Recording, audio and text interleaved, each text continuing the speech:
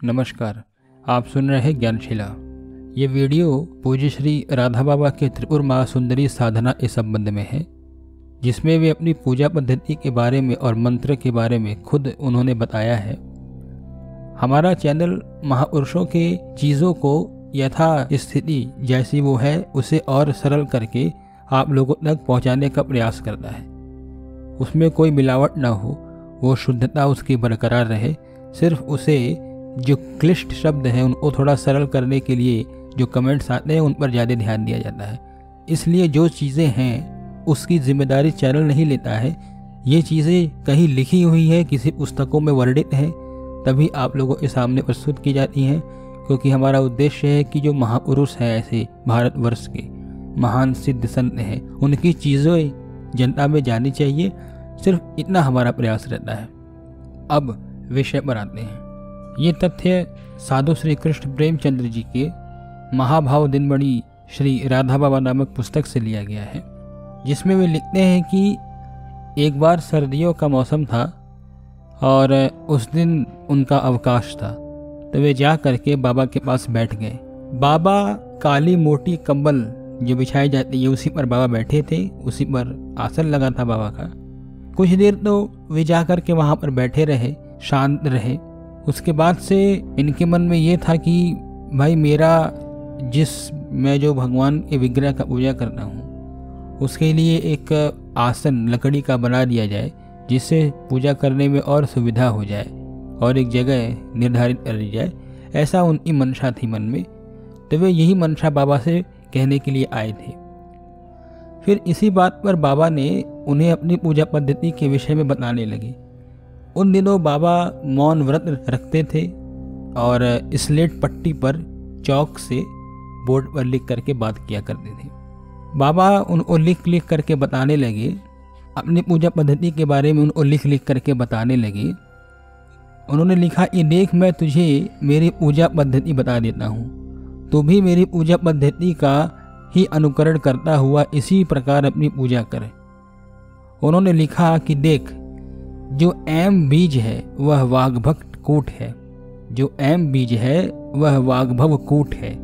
यह महासरस्वती का स्वरूप है। सारी सृष्टि का उद्भव इसी एक परावाक से होता है।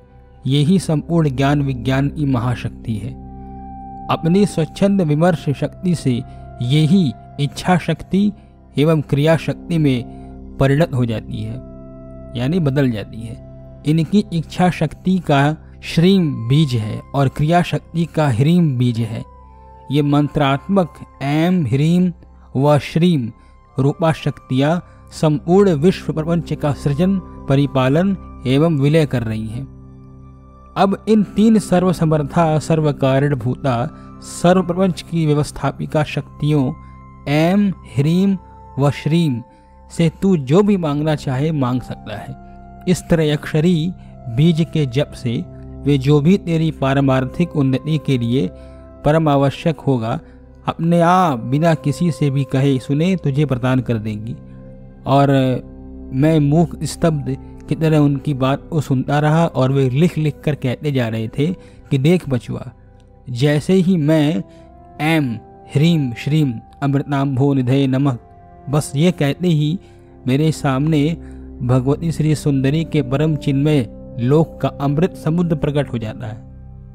मैं इस चिन्मय परम कारण सृष्टि के परमाद्य बीज सुधा सिंधु की स्तुति पूजन वंदना सभी करते रहता हूँ। अब देख, जो ही मैंने उच्चारण किया एम ह्रीम व श्रीम रत्न द्वीपाय नमः, देख मेरे सम्मुख परम दिव्य चिन्मय श्री द्वीप प्रकट हो जाता है। वे मुझे फिर बाद में समझाने लगे। साधु कृष्ण प्रेमचंद्र लिखते हैं कि बाबा मुझे ये सब बताने के बाद से समझाने लगे कि भैया, ऊपर से देखने वाला कोई आदमी ये समझेगा कि ये बाबा ऐसे ही बकवास में समय बिताते हैं, भजन तो करते नहीं हैं। पर मैं क्या भजन करूं जो दिव्य श्री लोक देवशिल्पी भगवान विश्वकर्मा के सामने भी प्रकट नहीं हुआ, जो वृंदावन, अयोध्या, मथुरा, काशी आदि सभी दिव्य सप्तपुरियों के रचना करता है। वह लो माँ मेरे सम्मुख प्राण इस त्रयाक्षरी प्रणव की कृपा से मूर्तिमान प्रकट कर देती हैं। इस प्रकार वे मंत्र बोलते जाते थे और भगवती के अलौकिक चिन्मय राज्य में चले जाते थे। ये उसका प्रत्यक्ष वर्णन भी करते जा रहे थे। उनकी विलक्षण दशा यह थी कि वे सहज स्वाभाविक जागृत दशा में थे, बिना देह ज्ञान लुप्त हुए मुझसे व्यवहार दशा में वार्ता भी कर रहे थे।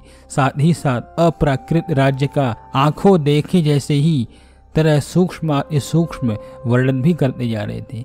यह उनकी विलक्षण योगस्थ स्थिति थी। उनका यह मंदिर प्रवेश हमेशा होता था, यानी कि रोज ही होता था। वे अपने काष्ठ के तख्त पर आसीन रहते हुए भगवती के चिन्मय मंदिर के सभी अंग उनके सम्मुख व्यक्त होते रहते थे। यहाँ उनके द्वारा वर्णन किया गया संपूर्ण श्रीपुर धाम का वर्णन था। अब इसके आगे जो चीज़ें हैं वो बहुत विस्तार में हैं। इस पर जैसे ही आप लोगों की प्रतिक्रिया आएगी वैसी प्रतिक्रिया के अनुसार आगे इस संबंध में वीडियो को डाला जाएगा। धन्यवाद।